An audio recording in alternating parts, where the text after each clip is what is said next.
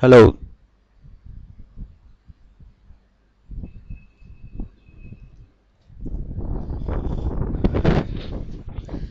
Adobe premiere. ठीक है। सबसे पहले तो हमारे जन ये बात रहनी चाहिए है कि एडोब प्रीमियर प्रो किस चीज़ के लिए बनाया गया है।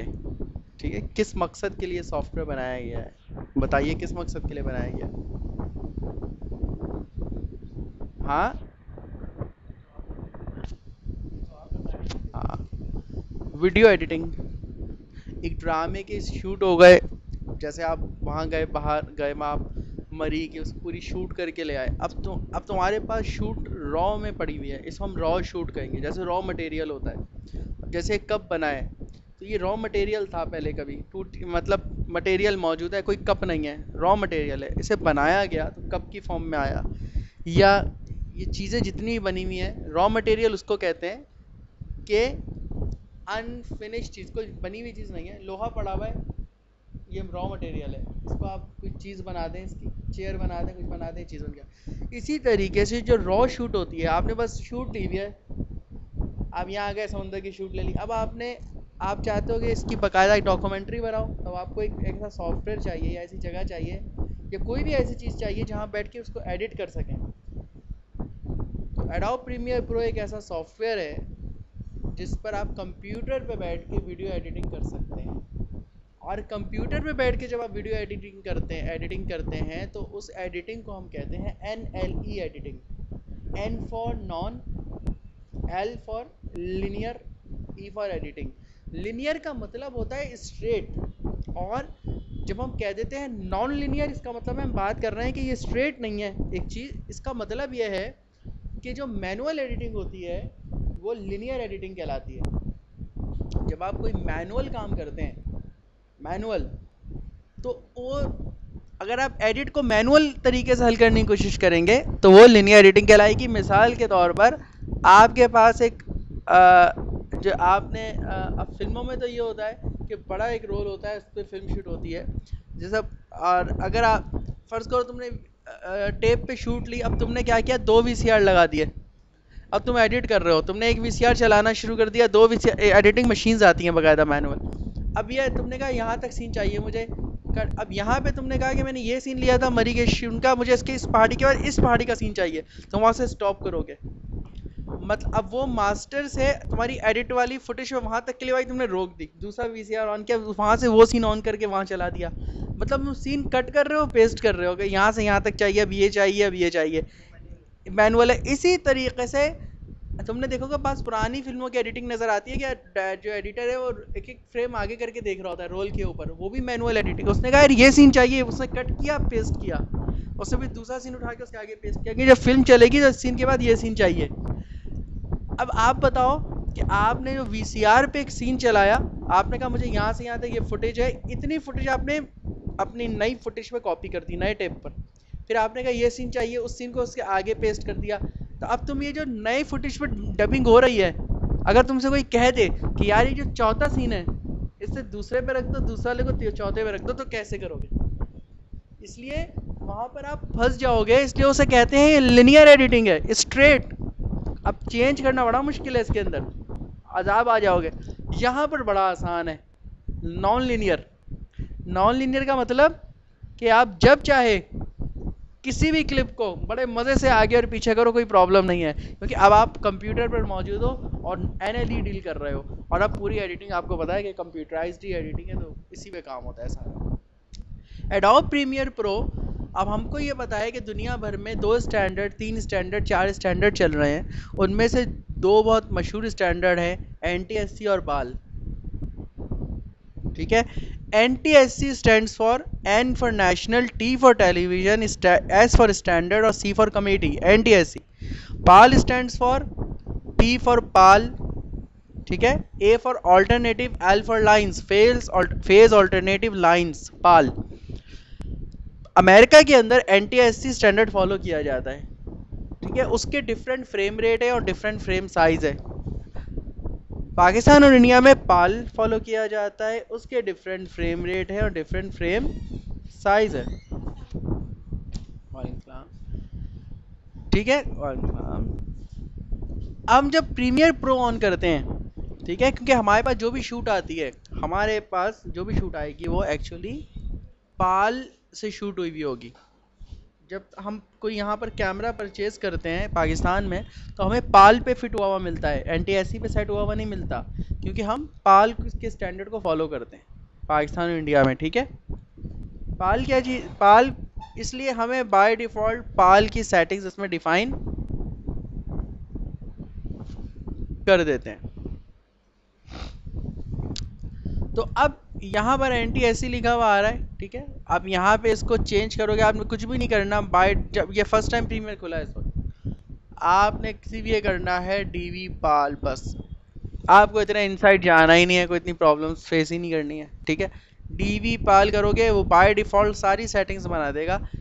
पाल की जो सेटिंग होती है फ्रेम्स में, ठीक है, FPS कहलाता है, फ्रेम्स पर सेकंड। तो पाल की जो सेटिंग है एक्चुअली 25 और 24 दोनों चलते हैं, तो उसने 25 डिफाइन कर दी खुद ही नीचे। होता यह है 25 फ्रेम्स पर सेकंड। फ्रेम क्या चीज़ है? फ्रेम इस चीज़ का नाम है कि जब भी दुनिया भर में, ये असूल है, हरकत का असूल है कि मूवी कैमरा आपको मोशन कैसे दिखाता है। अगर आप कैमरे से शूट कर रहे हो किसी सीन को, तो मोशन ऐसे दिखाता है कि एक एक तस्वीर खींचता है। कैमरा बिल्कुल वही काम करता है जो स्टिल कैमरा करता है, कोई अलग काम नहीं करता। वो क्या करता है, एक एक तस्वीर खींचता है, लेकिन इतनी फास्ट खींचता है और इतने सीक्वेंस से खींचता है कि 1 सेकंड में 25 तस्वीरें खींच लेता है, और उसमें जो मोशन चेंज हो रही होती है उसे ग्रेजुअली कैप्चर कर लेता है। अब दुनिया भर में कोई भी मोशन है, दुनिया भर की कोई भी फिल्म है, कुछ भी देख लोगे, या कोई सीन कैप्चर होता है, कुछ भी होता है, असूल यही है, कैमरा ऐसी हरकत दिखाता है और कोई तरीका नहीं है मूवमेंट दिखाने का, और कोई तरीका नहीं है, ठीक है। तो इसलिए 25 का मतलब यह है कि कैमरा 1 सेकंड में 25 तस्वीरें खींचेगा। NTSC पे डिफरेंट है, NTSC पे तकरीबन 30 फ्रेम है, 29 पॉइंट समथिंग फ्रेम है NTSC पर, ठीक है। और वो 30 से आगे भी बढ़ते हैं, डिफरेंट उसमें वो चीज़ होती है। और फ्रेम साइज 720 बाई 576 पिक्सल्स का ये रेशियो है जो पाल फॉलो करता है। 720 पिक्सल्स विड्थ कह लो और 576 हाइट कह लो, या 576 विड्थ ले लो, 720 हाइट ले लो। एक्चुअली ये रेशियो है जिसको वो फॉलो करता है, ठीक है। अब आप अच्छे से अच्छा कैमरा खरीद लो या बुरे से बुरा कैमरा खरीद लो, रेशियो यही रहेगा। मतलब अगर तुमने कहा कि यार मेरे पास बहुत ही हाई क्वालिटी कैमरा है जो कि बहुत ही दूर तक जूम करता है और चीज़ों को क्रिस्टल क्लियर दिखाता है, तो ये कैमरे की क्वालिटी का कमाल है। कैमरे का क्वालिटी, कैमरे का लेंस ऐसा होगा कि वो दूर तक जूम कर रहा है, और उसके अंदर जो मशीन लगी हुई है बहुत मेगापिक्सल्स में लगी हुई है, तो वो इनसाइड आँखों को भी फोकस करके दिखा रहा है अंदर तक। ये एक अलहदा केस है, लेकिन रेशियो क्या होगा उसका? 720/776, वो चेंज नहीं होगा। मतलब ये मत सोच लेना कि हाई क्वालिटी कैमरा है तो वो क्या हज़ारों पिक्सल में रेशियो में ही जाएगा, नहीं, रेशियो यही फॉलो करेगा, लेकिन उसकी क्वालिटी इतनी हाई होती है कि वो आपको हर चीज़ क्लियर दिखाता है। एक अच्छा कैमरा, अच्छे और बुरे कैमरे का डिफरेंस ये है, रेशियो चेंज नहीं होगा, रेशियो पाल पे हमेशा यही रहेगा। इसके बाद जब नीचे आते हो तो ये पिक्सल एक्सपेक्ट रेशियो है जो कि कैमरा खुद सेट कर देता है, और वो आपका पाल ने खुद सेट कर दिया। D1/DV पाल 1.067 का पिक्सल रेशियो है। होता यह है कि क्योंकि हमारी स्क्रीन पिक्सल्स में डिवाइड हुई हुई है, तो वो ये कह रहा है कि हम पिक्सल का रेशियो क्या रखूं स्क्रीन पे। इसको मैं इतना भी समझा देता हूँ।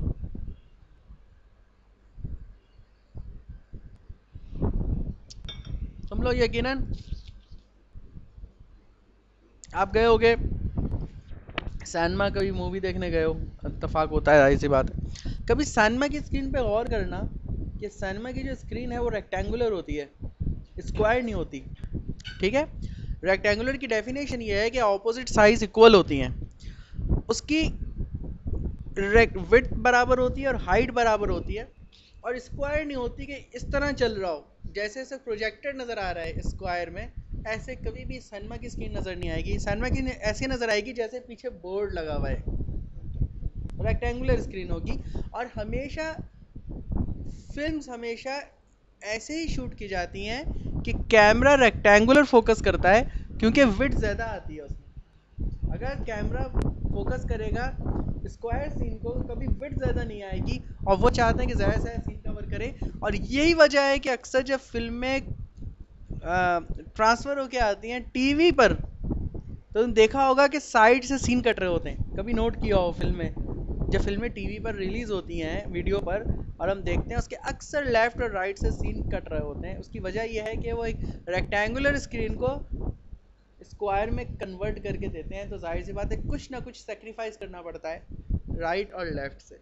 अच्छा, तो पिक्सल एस्पेक्ट रेशियो ये चीज़ है, अगर पिक्सल पूरा एक रख देते तो वो स्क्वायर हो जाएगा। इसलिए हमेशा पिक्सल एस्पेक्ट रेशियो असल में, क्योंकि पूरी स्क्रीन स्क्वायर में है ना डिवाइड, छोटे छोटे पिक्सल्स में, तो ये इसका रेशियो होता है कि हाइट और विड्थ के हिसाब से इसका रेशियो क्या बनता है। ये डिफरेंट है, इसकी डिटेल में बाद में चले जाएंगे, पूरी थ्योरी है उसके पीछे। है इस तरह ये लोअर फील्ड फर्स्ट है, इसकी भी थ्योरी है। मैं अब थ्योरी काफ़ी हो रही है, थोड़ा प्रैक्टिकली से भी चलते हैं, ये मैं बाद में समझाता हूँ लोअर फील्ड का क्या ताल्लुक है। इसका ताल्लुक टीवी से है, मैं बताऊँगा क्या चीज़ होती है। फिर ये टाइटल सेफ एरिया, इस पर भी बाद में बात करते हैं। और ये साउंड का 48,000 हर्ट्ज उसने डिफाइन कर दिया है। अब प्रीमियर पे पहली फाइल खोलने से पहले उसे सेव करना पड़ता है। प्रीमियर पे जब आप नया प्रोजेक्ट ओपन करना चाहते हो तो पहले उसे सेव करना पड़ेगा, अदरवाइज ओपन नहीं कर सकते। और वो नीचे पूछ रहा है लोकेशन कि कहाँ सेव करना है, उसे लोकेशन दे दो। और किस नाम से सेव करना है, उसे फाइल का नाम दे दो। जैसे मिसाल के तौर पर मेन डी पर सेव कर रहा हूँ मैं फाइल 12 के नाम से, मेन डी पर फाइल सेव हो रही है 12, और ओके कर दिया।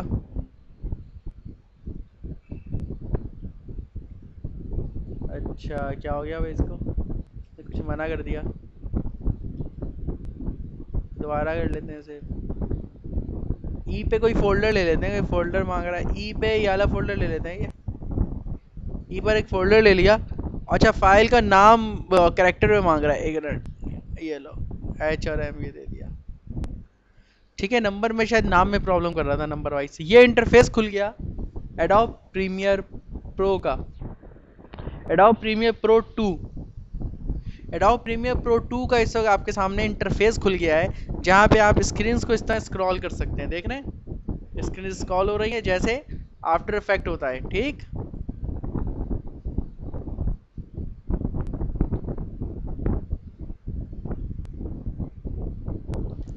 राइट, तो आपकी मर्जी, आप कौन से सीन्स को ऑन रखें, बंद कर दें पैलेट्स को। फिलहाल ये एफएक्स की पैलेट बंद कर रहा हूँ, हिस्ट्री की पैलेट बंद कर रहा हूँ, और इसकी पैलेट भी बंद कर दी। ठीक है, ये आ गई मेरे पास नीचे टाइमलाइन, ये मेरे पास ऊपर मॉनिटर विंडोज हैं। जो पहला फर्क देखोगे आफ्टर इफेक्ट और प्रीमियर में, जो मेजर पहला ही फर्क, पहली फाइल खुलता ही नजर आ रहा है, वो क्या नजर आ रहा है, मेन डिफरेंस, कि आफ्टर इफेक्ट की टाइमलाइन बिल्कुल ब्लैंक होती है। आफ्टर इफेक्ट की टाइमलाइन बिल्कुल ब्लैंक होती है, वहां कुछ नहीं होता। लेकिन प्रीमियर में ऐसा नहीं है, प्रीमियर में टाइमलाइन के ऊपर ट्रैक्स मौजूद हैं। प्रीमियर की टाइमलाइन ब्लैंक नहीं है, पहले से ट्रैक मौजूद है, video 1, video 2, video 3, audio 1, audio 2, audio 3, नीचे ऑडियोज मौजूद हैं, ऊपर वीडियोज मौजूद हैं। आप देख रहे हो ट्रैक मौजूद हैं, ये बात नजर आ गई। ये ट्रैक क्यों मौजूद है, इसका मतलब ये हुआ यकीनन इन ट्रैक्स की कोई ना कोई प्रॉपर्टीज होंगी। देखो आफ्टर इफेक्ट में होता ये है कि जितनी देर की तुमने कॉम्पोजिशन खोली है, मिसाल के तौर पे तुमने 10 सेकंड की कॉम्पोजिशन खोली, अब तुम अगर 20 सेकंड की क्लिप रखते हो तो 20 अगले 10 सेकंड के आगे चली जाएगी, नजर नहीं आएगी, तुम्हें एक वक्त में 10 सेकंड की देख सकते हो। यहाँ पहले ही से ट्रैक खुला हुआ है, तो ये ट्रैक कितनी देर का खुला हुआ होगा, इसमें कितनी देर की चीज़ें रखी जा सकती हैं, तो इसके अंदर 24 आवर्स की वीडियो ला के जमा की जा सकती हैं। मतलब ये जो टाइमलाइन है पूरी, आप यहाँ 24 आवर्स की चीज़ें एक साथ रख सकते हो। मतलब 10 मिनट की क्लिप रखी, उसके आगे 10 मिनट की रखी, उसके आगे 2 घंटे की रखी, उसके आगे इसकी जो लिमिट है वो 24 आवर्स की है। और ट्रैक कितने रख सकते हो, वीडियो 1, वीडियो 2, वीडियो 3, कितने ट्रैक बढ़ा सकते हो, 99 ट्रैक्स की लिमिट है ना। तो वो नहीं, वो तो एक ही है ना ड्यूरेशन, तो मतलब ये थोड़ी है कि एक बात 24 घंटे रख दी, अगली उसके आगे, वो तो एक साथ चल रहा है ना, ऊपर ऊपर तल है ना, वो तो लेयर्स बनी हुई हैं, ठीक है ना। टोटल टाइमलाइन 24 आवर्स की है। ये पहला डिफरेंस आपने देखा, पहला, ठीक है। सबसे पहले हम इसमें क्लिप इंपोर्ट करते हैं ताकि इसको समझा जा सके और देखा जा सके कि हाँ क्या करना है। हाँ, अच्छा, फाइल का मेन्यू नहीं आ रहा, यहाँ पे राइट क्लिक किया, इंपोर्ट फाइल कर लेता हूँ। अच्छा, ये कट क्यों रहा है, ये बात समझ नहीं आ रही। प्रोजेक्टर का कैसे मसला है यार, ये प्रोजेक्टर का मसला थोड़ी हो सकता है।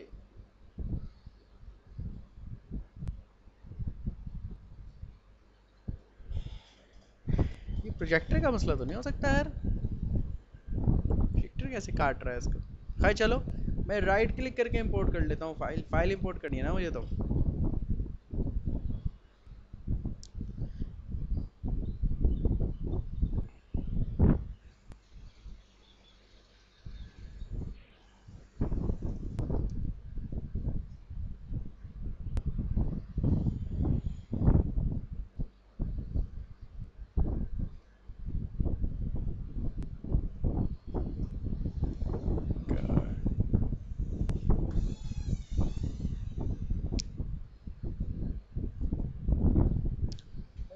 दरवाज़ा बंद कर दे। हाँ, दरवाज़ा बंद करना है, दरवाज़ा।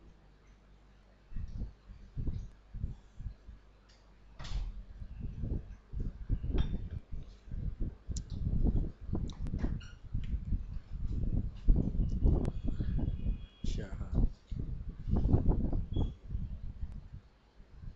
बैठो भी, क्लास ले लो, बात करते हैं। सही सही से आ जाओ, आगे आराम से प्रोजेक्टर पे।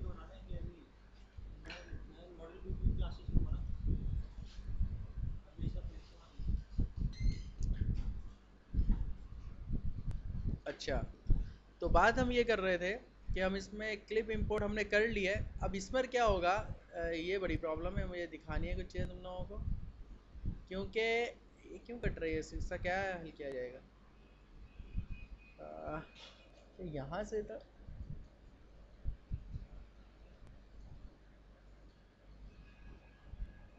आ गई ना। हाँ, यहाँ से। अब यहाँ पर क्या है, आपको डिस्प्ले दिया हुआ है, स्पीकर लगा हुआ है, चल रहा है।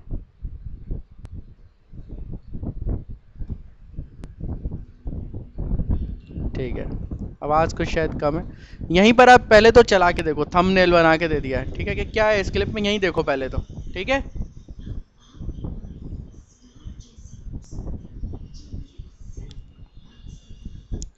यह एक फैसिलिटी आपको कि आप यहीं पे थंबनेल पे चला के देख लो चीज़ों को, है ना, भाई क्या क्लिप है क्या नहीं है। अब आपने उठाया उसे टाइम लाइन यानी ट्रैक पे डाल दिया, ट्रैक पे आ गया। अब आप मेन ये प्रोग्राम व्यू है आपके पास, और ये सोर्स व्यू है। इसकी बात नहीं की अभी तक हमने, सोर्स मॉनिटर की बात नहीं हो रही, हम इस वक्त प्रोग्राम मॉनिटर, डायरेक्ट यहाँ एडिटिंग होती है सारी, और ये मेन टाइम लाइन है, ठीक है, और ये मेन आपका टाइम स्लाइडर है। जब ये चल रहा है तो आपको टाइम भी चलता हुआ नजर आ रहा है। अभी आप जीरो पर हो, अब आगे बढ़ना शुरू करोगे तो जीरो फ्रेम, फ्रेम बढ़ने शुरू हुए सबसे पहले, ये देखो फ्रेम बढ़े, 15 फ्रेम। आप एरो, ये एक फ्रेम यहाँ से भी आगे आ सकते हो, 1 फ्रेम, 2 फ्रेम, 3 फ्रेम, 4 फ्रेम, 5, एक फ्रेम देख रहे हो यहाँ पर चलता हुआ, एरो की से भी कर सकते हो, एक फ्रेम आगे आ रहे हो आप, एक फ्रेम आप देख रहे हो। वही जो मोशन का असूल है दुनिया में, एक फ्रेम कैप्चर हुआ हुआ है ना, और जैसे वो 25 पे पहुंचेगा वो 1 सेकंड में कन्वर्ट होगा। ये NTSC पे शूट हुआ हुआ है, 30 पे जाके ख़त्म हो रहा है, स्पीड इसकी ऐसी डिफाइन हुई हुई है। अच्छा, अब ये देखो, क्या आप ये देख रहे हो आगे टाइमलाइन खाली है, कुछ भी नहीं है। अगर आप नॉर्मल प्ले कर दोगे, नॉर्मल प्ले हो जाएगा, ये लो।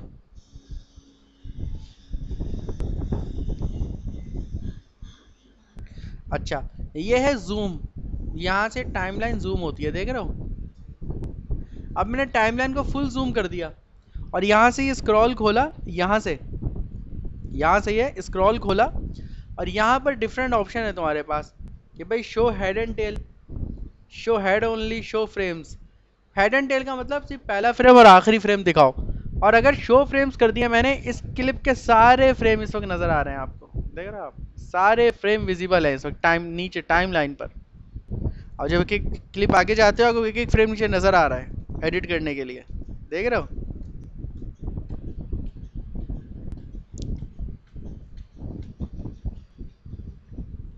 अच्छा, अब होता यह है थोड़ा सा कर्सर आपका आगे पीछे जा रहा है, क्योंकि ये अब 30 सेकंड पर शूट हुई हुई है। ये एंटी एससी स्पीड फॉलो नहीं कर रही, हमने पाल की क्लिप खोली है स्पीड, और ये पाल पे ही शूट हुई हुई क्लिप जो है। पाल की स्पीड अगर यहाँ आएगी एक फ्रेम एग्जैक्ट मिलेगा। अभी देखो थोड़ा आगे पीछे कर्सर मिल रहा है, ये 29.97 की स्पीड है एंटी एससी की।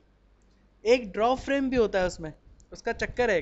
असल में होता ये है कि एक फ्रेम में दो फील्ड होती हैं हमेशा, एक फ्रेम में दो फील्ड्स होती हैं। वही मैं तुम्हें बताऊंगा दो फील्ड क्या होती है, लोअर फील्ड अपर फील्ड। तो वो दो फील्ड्स जो है ना वो परेशान कर रही हैं तक थोड़ा सा, तो वो चक्कर है उसका एंटी एससी का थोड़ा सा, बस मैं नहीं चाह रहा फिलहाल।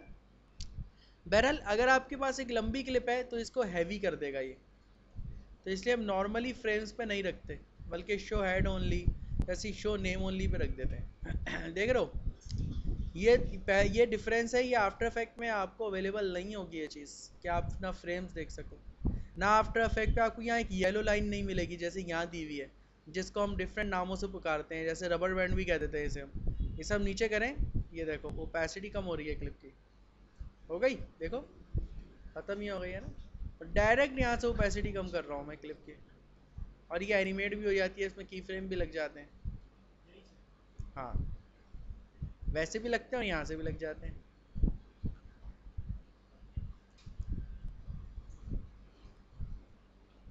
और नीचे अच्छा इसका ऑडियो कहाँ होगा? आफ्टर इफेक्ट में तो ऑडियो उसके अंदर आया हुआ होता है, इसका ऑडियो कहाँ आया है? ऑडियो ट्रैक में, देखा नीचे ऑडियो में आया हुआ है। यहाँ से ऑडियो खोलो और ऑडियो में भी एक येलो लाइन मिलेगी, या आपने या ऑडियो कम करना चाहते हो, लो भाई ऑडियो ख़त्म हो गई इसकी। अब चलाओ, आवाज़ नहीं आ रही ना, क्योंकि वो बिल्कुल येलो लाइन नीचे कर दी ना मैंने। हाँ ये देखो अब येलो लाइन ऊपर की है मैंने, आवाज़ आएगी अब।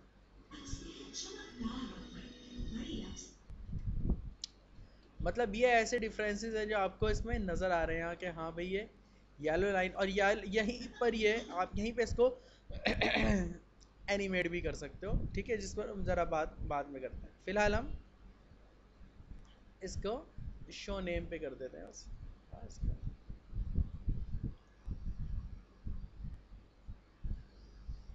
ठीक है। अच्छा अब यहाँ पर ऑप्शन एक ऐसा है हमारे पास कि हम यहीं पर ये कर सकते हैं,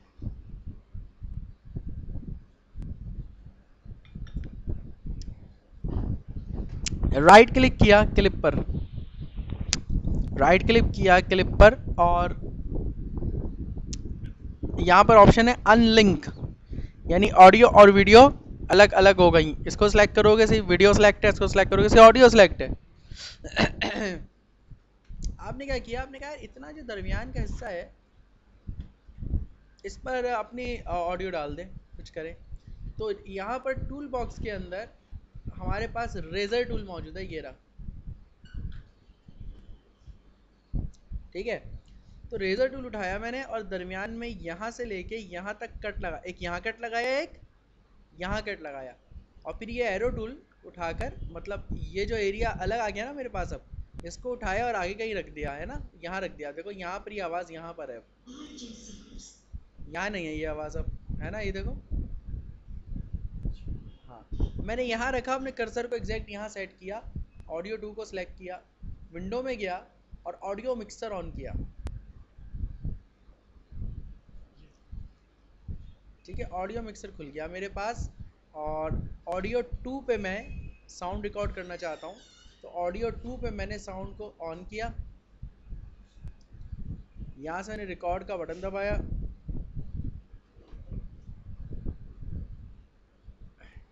यहाँ से मैंने रिकॉर्ड का बटन दबाया, और यहाँ से करूँगा प्ले, और फिर बोलूँगा माइक पर। हाँ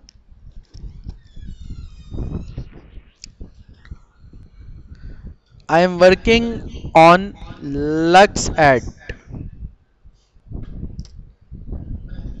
अब आप देखिए,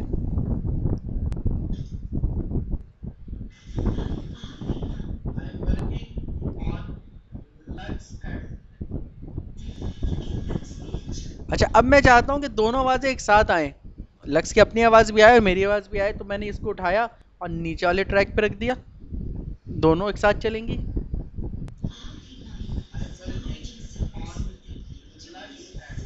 अब इन दोनों में से एक आवाज़ आप कम चाहते हो और एक आवाज़ ज़्यादा चाहते हो, ठीक है, तो इसके लिए बहुत आसान तरीका है। आपने इसके भी रबर बैंड को ऑन कर लो, इसके रबर बैंड को ऑन कर लो। मेरी आवाज़ कम करनी है, इसकी आवाज़ कम करनी है, या आप पे डिपेंड करता है, आप बढ़ा भी सकते हो, ठीक है। तो अपनी आवाज़ को मैंने, अभी ये बैच बैठा हुआ है सर 15। अच्छा, तो बात क्या हो रही थी, बात ये हो रही थी कि अब आप मेरी आवाज़ को कम करना चाहते हैं या इनकी आवाज़ को कम करना चाहते हैं, तो इसलिए आपने देखना, ये ख्याल रखना है, आपने ये लीजिए मेरी आवाज़, मैंने थोड़ा सा बैंड नीचे किया, मेरी आवाज़ कम हो गई होगी, बहुत कम हो गई है ना, गला ही नहीं रही, तो मामूली सी ऊपर करनी पड़ेगी। वालेकुम सलाम। ठीक है, तो इस तरीके से आप आवाज़ को कम और ज़्यादा कर सकते हैं। और क्योंकि लेक्चर हमारा काफ़ी लेंदी हो गया है, इस स्टेज पे इसको सेव